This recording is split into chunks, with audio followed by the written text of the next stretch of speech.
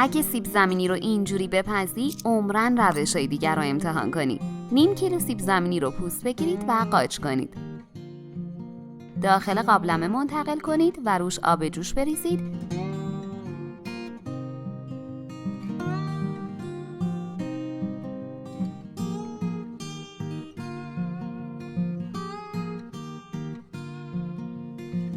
و با کمی نمک بذارید آب پز بشه.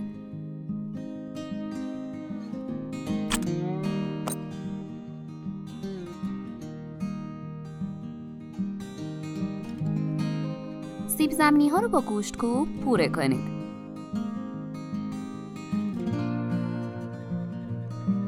مقداری نمک و فلفل سیاه، کمی جعفری خرد شده، 3 قاشق غذاخوری پنیر پیتزا،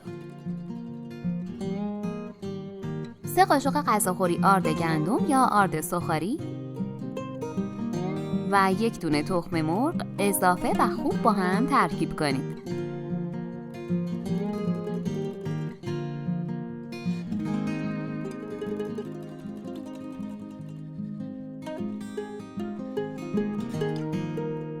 دستتون رو چرب کنید و بهشون شکل بدید.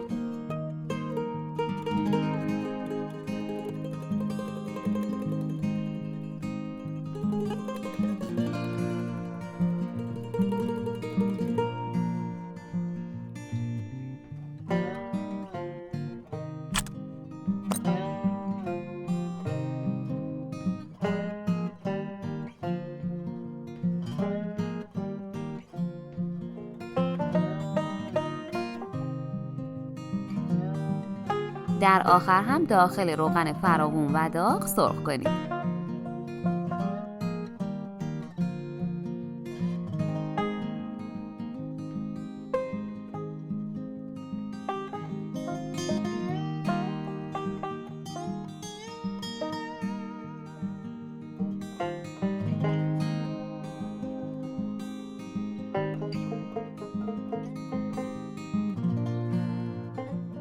بفرمایید، از عطر و طعمش براتون نگم که بی‌نظیره. مطمئنم خوشتون میاد. نوش جان.